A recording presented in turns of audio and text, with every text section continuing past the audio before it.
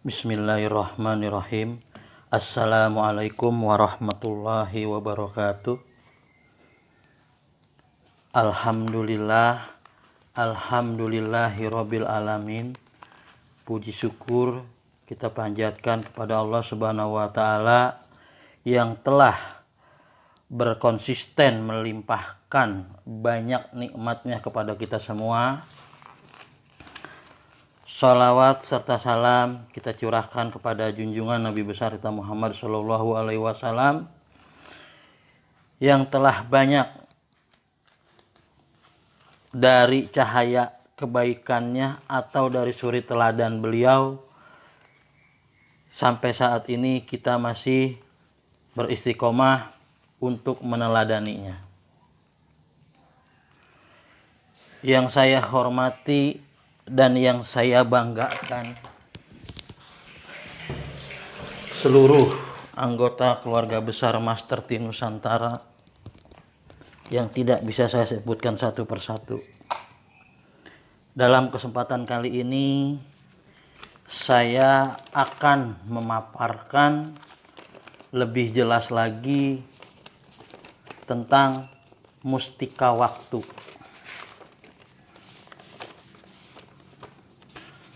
Mustika waktu secara bahasa arti mustika waktu. Mustika itu adalah suatu hal yang langka, yang jarang diketahui oleh orang banyak. Jadi mustika itu adalah suatu hal yang hanya diketahui sama orang-orang tertentu yang dikehendaki oleh Allah Subhanahu wa taala. Waktu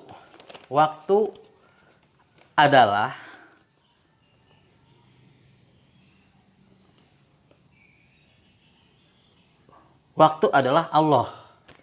Jadi mustika waktu adalah suatu hal yang langka, baik ilmu pengetahuan atau hal yang lainnya terkait Allah. Maka di dalam surat Al-Asr dijelaskan bahwa di situ tertulis surat Al-Asr ayat 1 sampai ayat 3. Yang bunyinya Bismillahirrahmanirrahim wal asr, yang artinya demi masa atau demi waktu. Waktu di sini kita harus sadari bahwa setiap kejadian apapun yang terjadi di dalam diri kita, di lingkungan kita, bahkan apapun yang terjadi di alam semesta ini, itu atas dasar izin dan kehendak Allah. Makanya di sini disebutnya demi masa atau demi waktu, yaitu berarti demi Allah. Segala sesuatu kejadian baik ataupun buruk itu atas dasar kehendak Allah. Lanjut yang ke ayat kedua, innal insana lafil husri. Sungguh manusia berada dalam kerugian. Ini pernyataan Allah. Di firman-Nya di Al-Quran, sungguh manusia berada dalam kerugian. Kenapa manusia disebut atau dibilang berada dalam kerugian?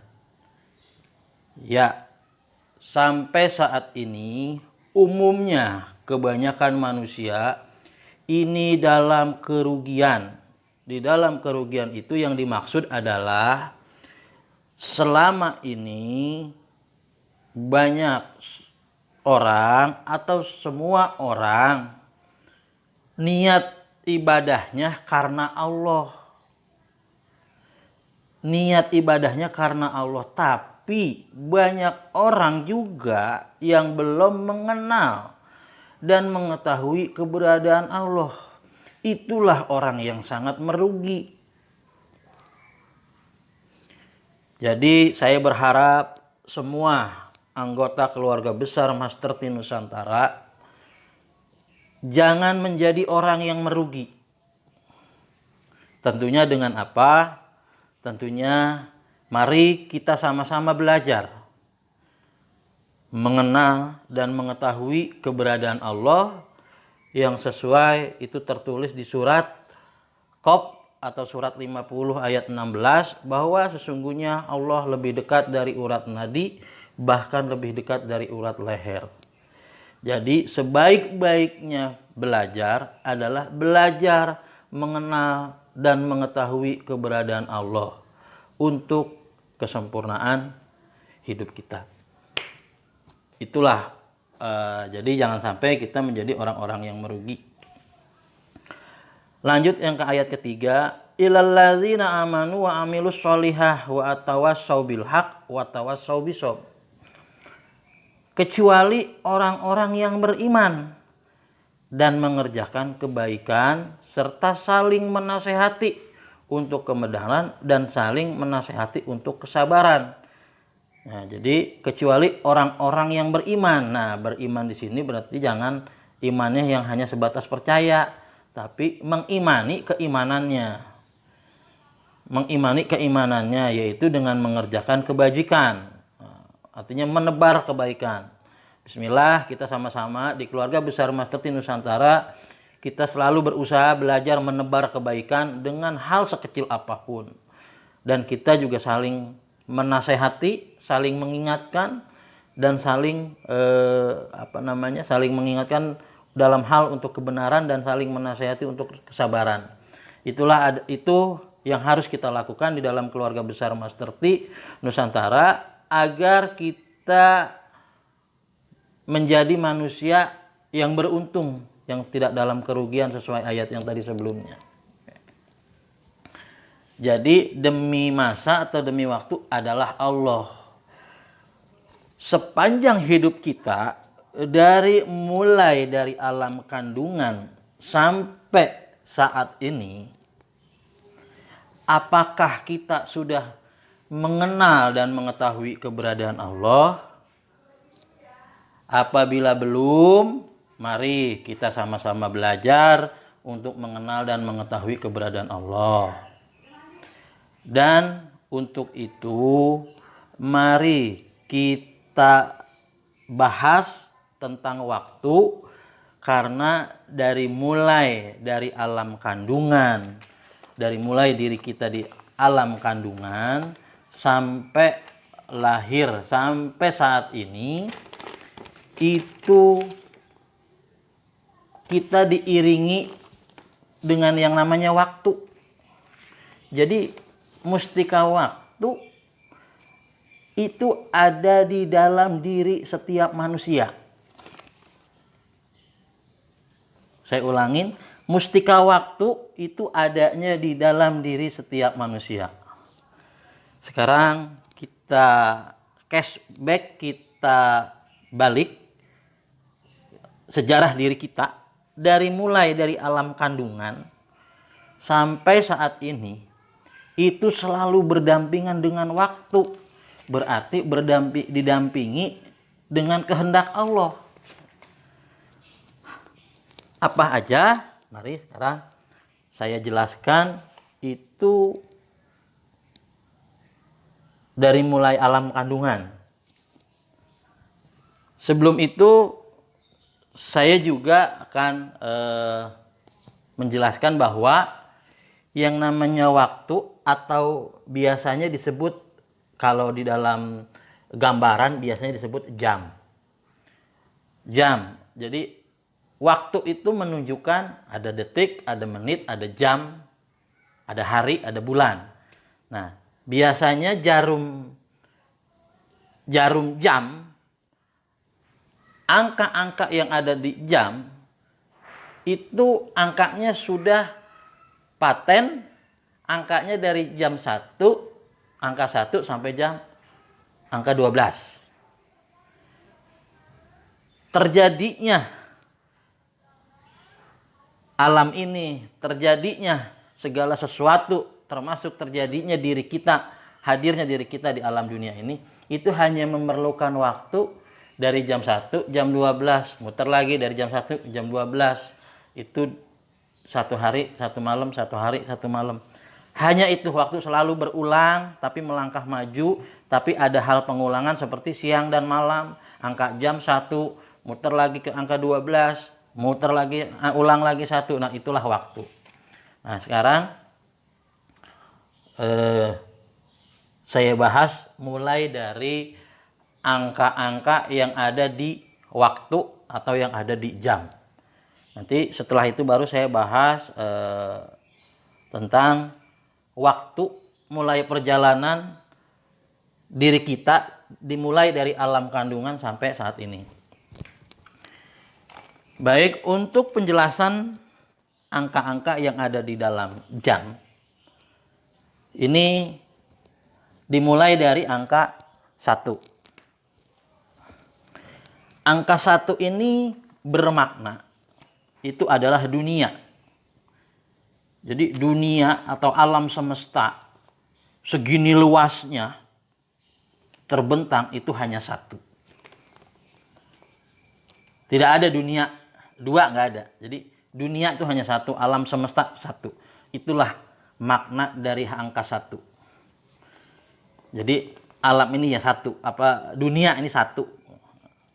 Terus lanjut ke angka jam 2. Ini maknanya adalah 2 kalimat syahadat. 2 kalimat syahadat pada saat kita lahirnya ke dunia ini itu berdasarkan 2 kalimat syahadat. 1 kalimat syahadat dibacakan pada saat kita di alam kandungan. Asyhadu alla ilaha illallah. Begitu kita keluar ke dunia, dijawab dengan wa asyhadu anna Muhammadar Rasulullah. Jadi asyhadu alla ilaha illallah yang ada di dalam kandungan itu adalah ikrar kita, janji kita, kesepakatan kita, baiat kita terhadap kesepakatan kita atau kita dibaiat sama Allah yang isinya menyatakan tiada, aku bersaksi tiada Tuhan selain Allah. Maka lahirlah kita ke dunia ini dijawab dengan wa asyhadu anna Muhammadar Rasulullah. Makna hakikinya wa asyhadu anna Muhammadar Rasulullah. Wa asyhadu anna, aku bersaksi. Anak tuh diri kita semua. Anak tuh diri, istilahnya diri kita. Muhammadur Rasulullah. Muhammad itu nur, cahaya kebaikan.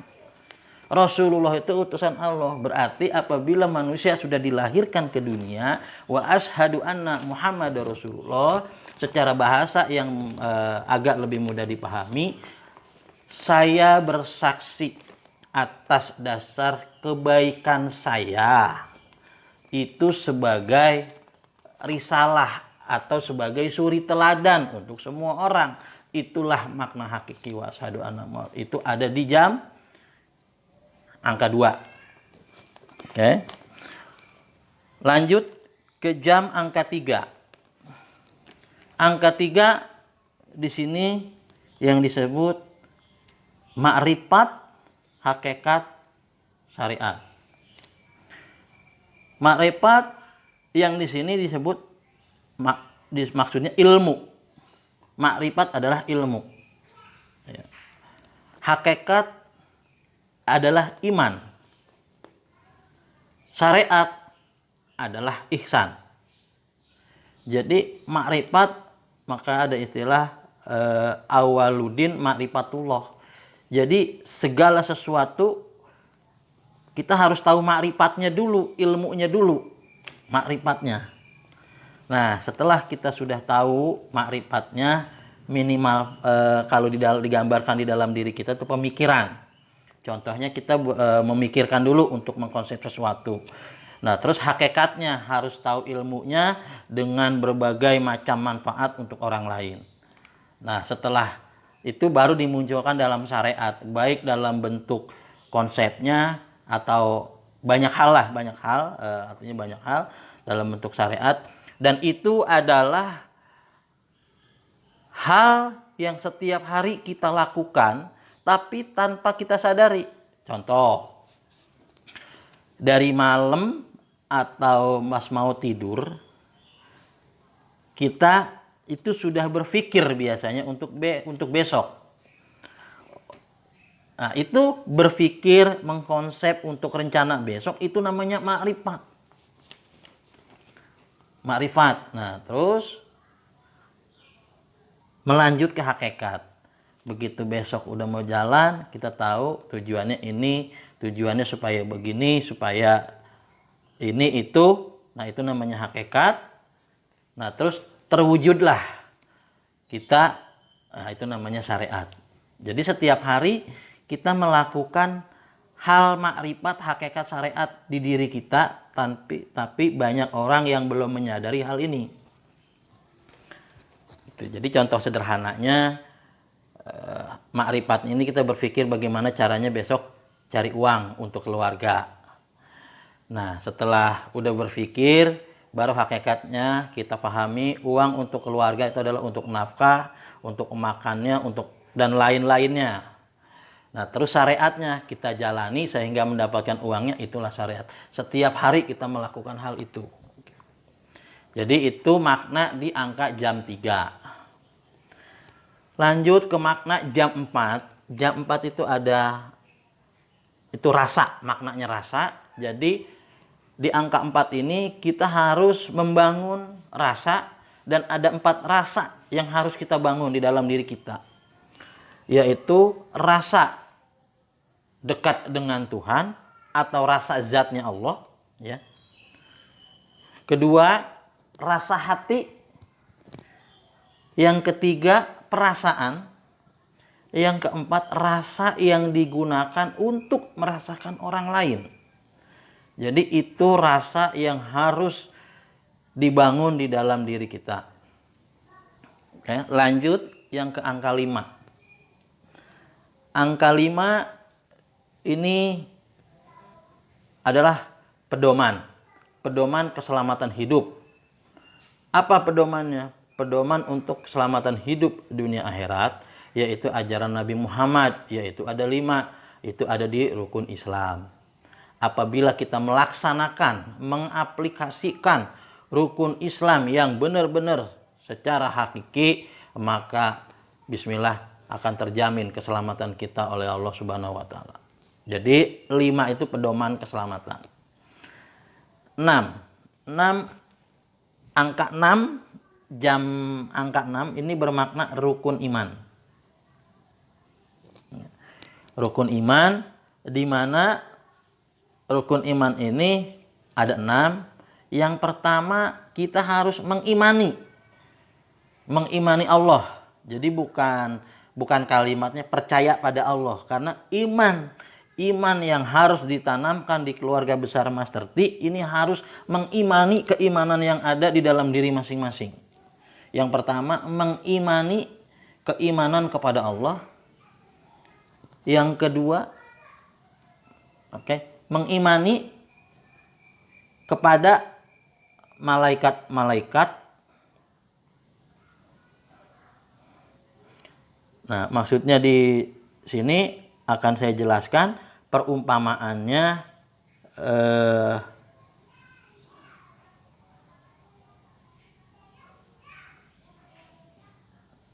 Perumpamaannya rukun iman.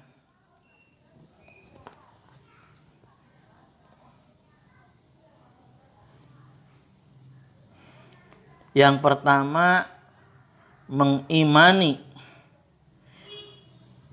keimanan kepada Allah itu sebagai Tuhan atau Allah sebagai tujuan hidup kita. Itu mengimani kepada Allah. Yang kedua, mengimani kepada malaikat-malaikatnya Allah. Berarti kita harus mengimani bahwa malaikat-malaikatnya Allah sebagai pencatat semua perbuatan diri kita. Yang ketiga, mengimani kepada kitab-kitab Allah. Berarti kita harus mengimani kitab-kitab Allah, ya salah satunya Al-Quran, sebagai pedoman hidup kita, khususnya anggota keluarga besar Master Tea Nusantara dan umumnya untuk yang lain. Selanjutnya, mengimani kepada Rasul-Rasul Allah. Berarti kita harus mengimani Nabi dan Rasul sebagai suri teladan anggota keluarga besar Master Tea Nusantara, dan anggota keluarga besar Master Tea Nusantara harus siap menjadi suri teladan juga untuk orang lain. Selanjutnya, yang kelima, mengimani kepada hari akhir. Berarti hari akhir itu adalah hari kebangkitan, bahwa kita harus mengimani bahwa akan terjadi suatu kebangkitan terhadap diri kita. Kebangkitannya dari hal yang tidak baik menjadi baik, dari yang baik menjadi lebih baik, dari yang lebih baik menjadi terbaik. Nah, dari yang terbaik menjadi suri teladan. Itulah, jadi diri kita harus mengadakan, harus memproses, kita harus membangkitkan diri kita. Itulah maksudnya mengimani hari kebangkitan atau hari akhir, hari kiamat. Nah, yang terakhir, mengimani kepada takdir yang baik maupun yang buruk, datangnya dari Allah, yaitu balik lagi kehendak Allah. Jadi ikhlas dan tawakal adalah sikap yang harus dibangun oleh setiap anggota keluarga besar Master Tea agar takdir yang baik maupun yang buruk datangnya dari Allah, agar semua takdir atau ketentuan Allah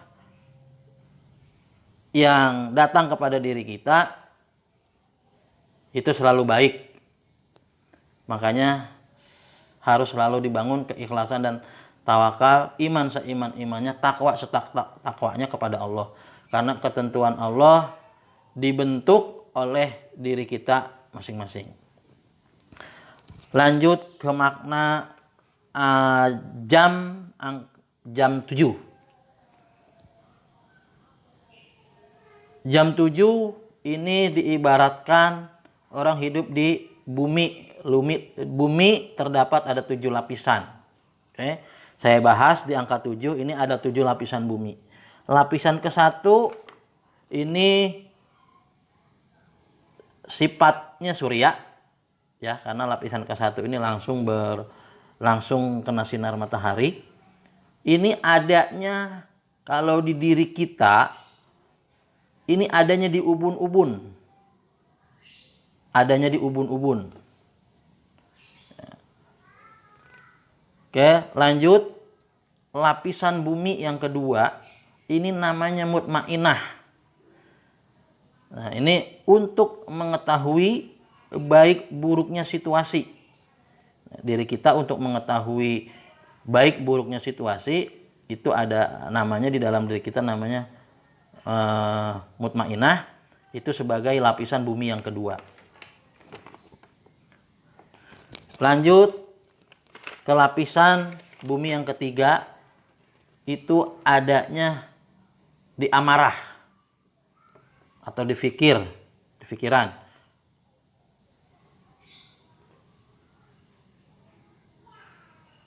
Yang keempat, lapisan keempat itu namanya lumarah. Lumarah ini ibaratnya sifatnya yang menampung, mengeluarkan dan memasukkan informasi atau hal-hal yang positif atau negatif, mengeluarkan dan memasukkan. Nah, ini namanya lumarah.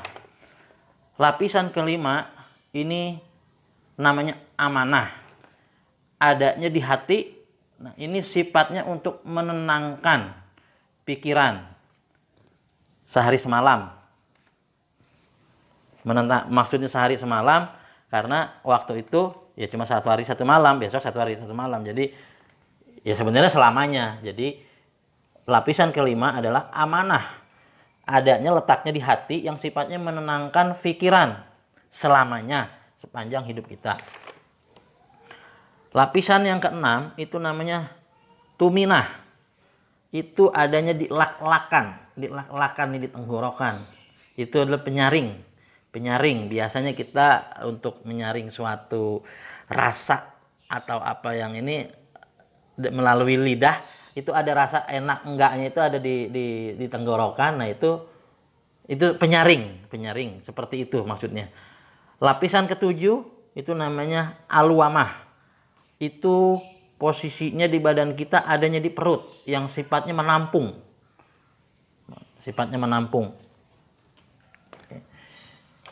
Lanjut, itu tadi makna angka jam 7, sekarang makna angka jam 8. Jam 8 itu ada di dalam diri kita, itu tulang, urat, kuku, rambut, daging, kulit, darah, dan lambung atau jeroan. Jadi itulah angka 8. Ada beberapa organ atau jenis yang ada di dalam diri kita.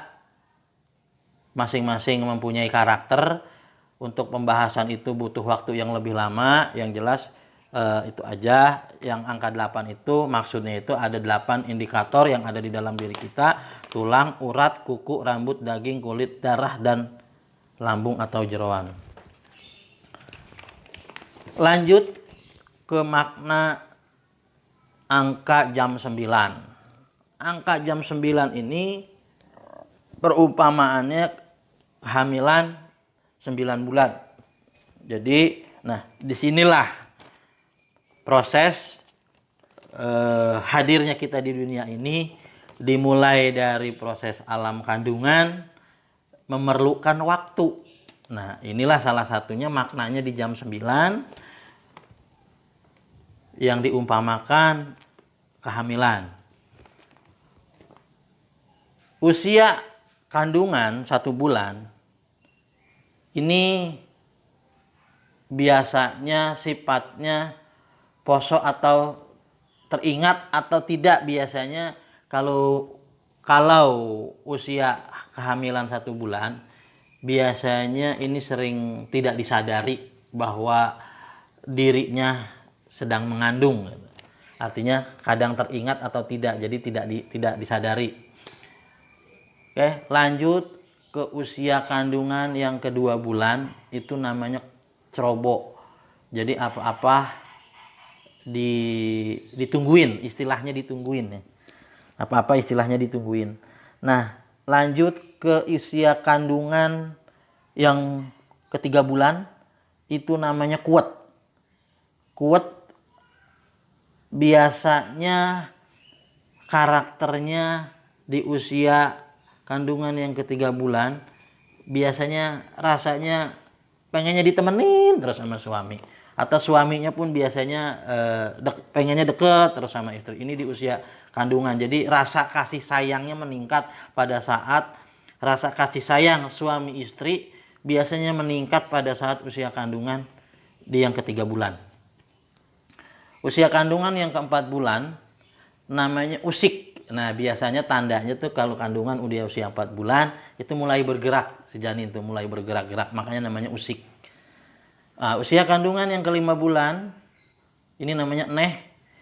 Ini sudah mulai neh itu ibaratnya si ibunya atau yang hamilnya itu mulai cari-cari informasi ke tetangga, nanya-nanya tentang kehamilan. Bagaimana sih biasanya? Itu kalau dalam bahasa Jawanya ibaratnya nyari kutu ke tetangga gitu. Nah, itu ibaratnya nyari informasi tentang kehamilannya.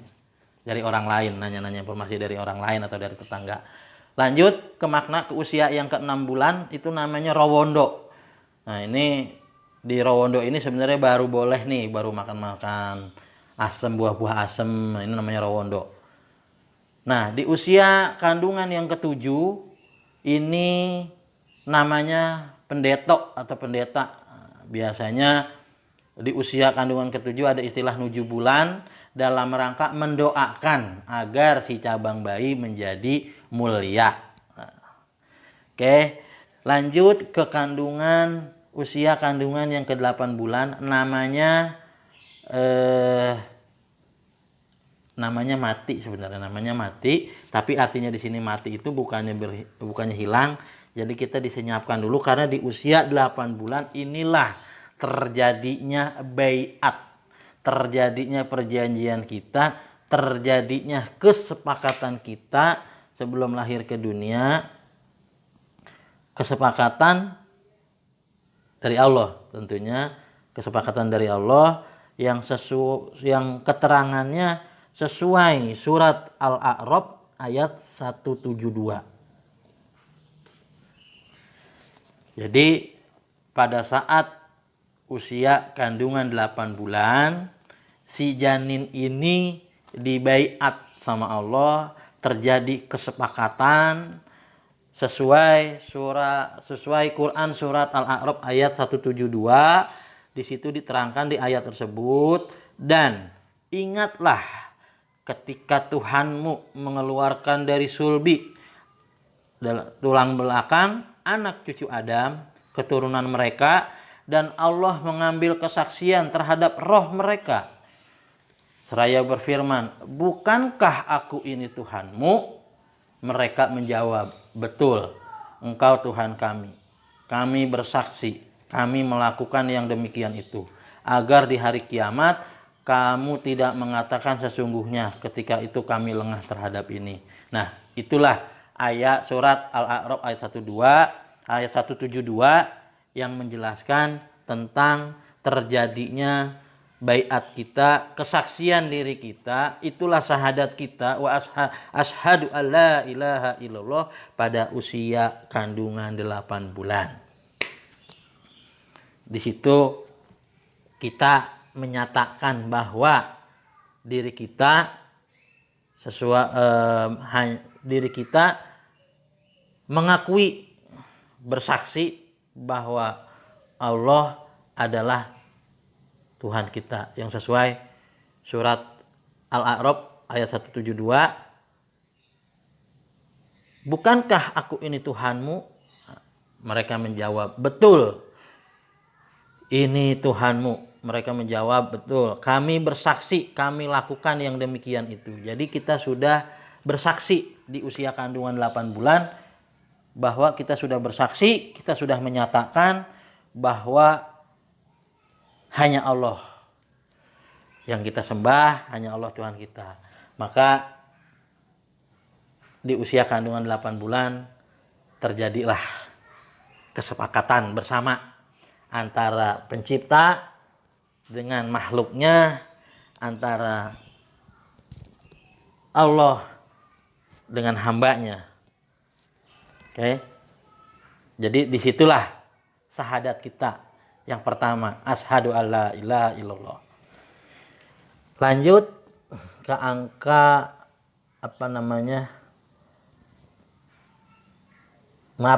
terkait yang tadi yang masih syahadat. Jadi di bulan ke-9 di angka jam 9, di angka 9 ini berarti ini namanya kembali ke raya atau ke normal, kembali ke normal, ya, telah terjadi kesepakatan terhadap diri kita. Nah, pas di 9 bulan 10 hari kesepakatannya sudah jadi, maka lahirlah kita ke dunia ini. Sesuai ayatnya surat 51 ayat 56. Tidak akan aku ciptakan jin dan manusia kecuali hanya beribadah kepadaku. Kata Allah seperti itu. Makanya lahirlah kita ke dunia ini berdasarkan kesepakatan dan berdasarkan proses waktu. Dimulai dari 1 bulan, 2 bulan, 3 bulan di alam kandungan, itulah proses waktu. Jadi selama proses di alam kandungan sampai saat ini kita memerlukan waktu, kita memerlukan Allah, atau tidak dalam proses ini peran serta Allah ini sangat besar, peran serta waktu ini sangat besar, gitu. Itu yang utama malah, gitu. Nah, lahirlah ke dunia ini menjadi bayi, makanya disebutnya kalau dalam bahasa Jawa Satrio Jendro Hayuningrat. Nah, gitu. Satrio adalah kesatria atau kesepakatan. Jadi orang yang membawa kesepakatan tadi ya, yang di usia kandungan 8 bulan. Jendro itu cabang bayinya, gitu. Ya, jadi jendro ini cabang bayinya, lendir ini yang mendorong kita bayi ini keluar ke alam dunianya. Jadi satrio artinya kesepakatan, jendro artinya cabang bayi, hayu artinya lendir, artinya yang melancarkan perjalanan kita lahir ke dunia dari alam kandungan. Ningrat ini ke bumi, gitu. Jadi lengkap begitu kita lahir, jadi kita disebutnya tadi Satrio Jendro Hayuningrat. Artinya Satrio Jendro Hayuningrat itu kalau diartikan dalam bahasa gabungannya seperti ini kalimatnya sebentar.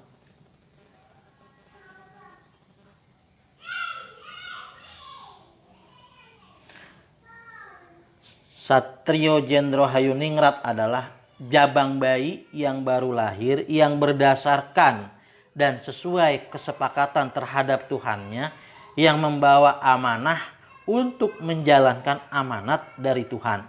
Itulah Satrio Jendro Hayuningrat.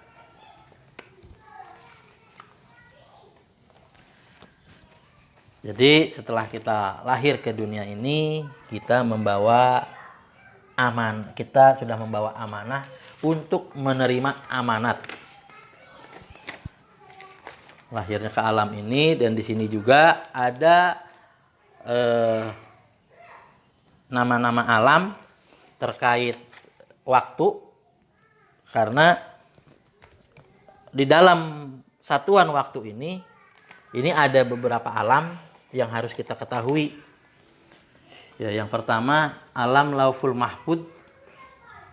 Ya, ini nama-nama alam ini terkait tadi waktu. Waktu itu ada detik, ada menit, ada jam, ada hari.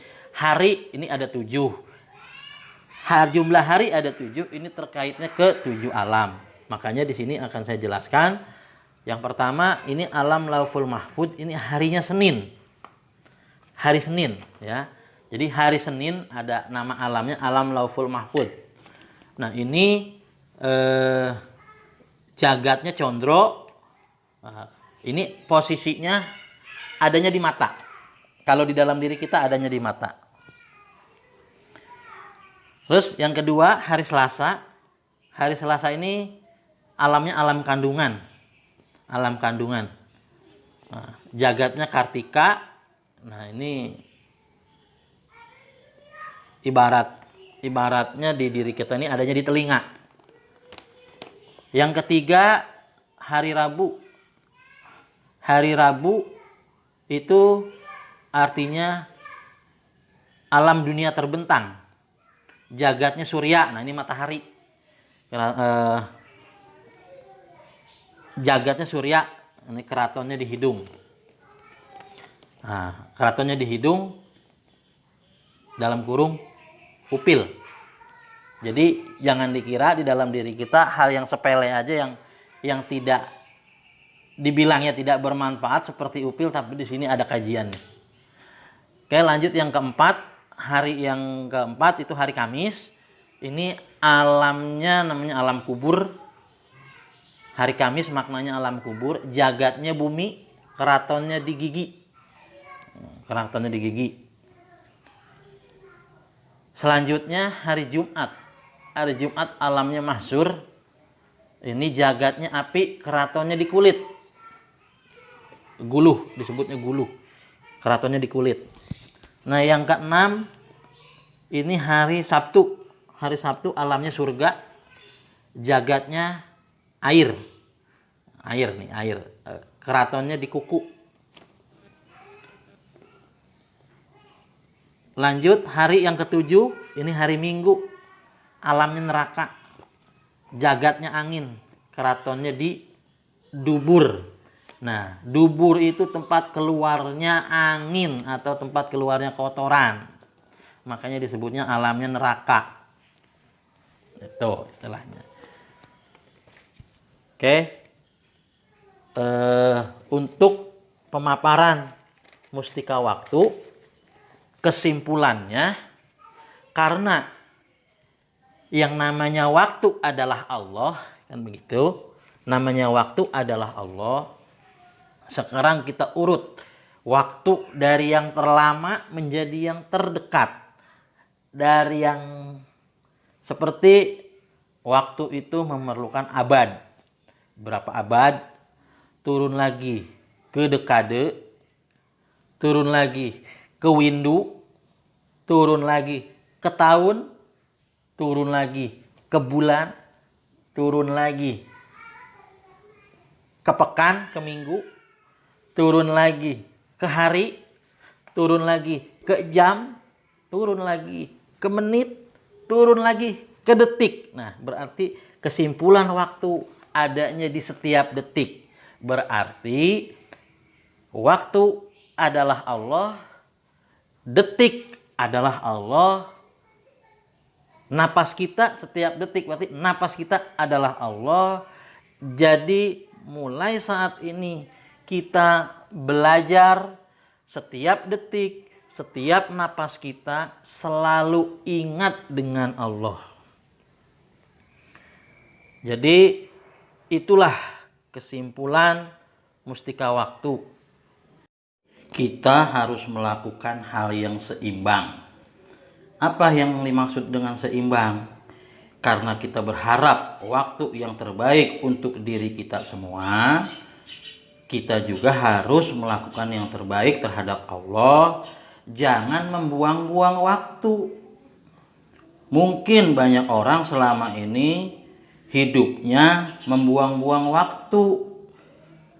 Sampai saat ini sudah seberapa jauh kita mengenal dan mengetahui keberadaan Allah. Apabila kita belum mengetahui, berarti selama ini kita membuang-buang waktu. Jadi ini harus sinkron dan harus seimbang. Kita mengharapkan waktu yang terbaik, tapi kitanya jangan membuang-buang waktu. Itulah kesimpulannya, bahwa hakikatnya mustika waktu adalah waktu, ya, kembali lagi ke Allah. Jadi bagaimana caranya dalam setiap waktu kita harus selalu ingat dan selalu dekat dengan Allah Subhanahu wa taala. Kiranya cukup sekian dari saya. Semoga pemaparan mustika waktu ini bermanfaat khususnya buat saya dan umumnya untuk semua anggota keluarga besar Master T. Baik, saya akhiri. Wabillahi taufiq wal hidayah. Wassalamualaikum warahmatullahi wabarakatuh.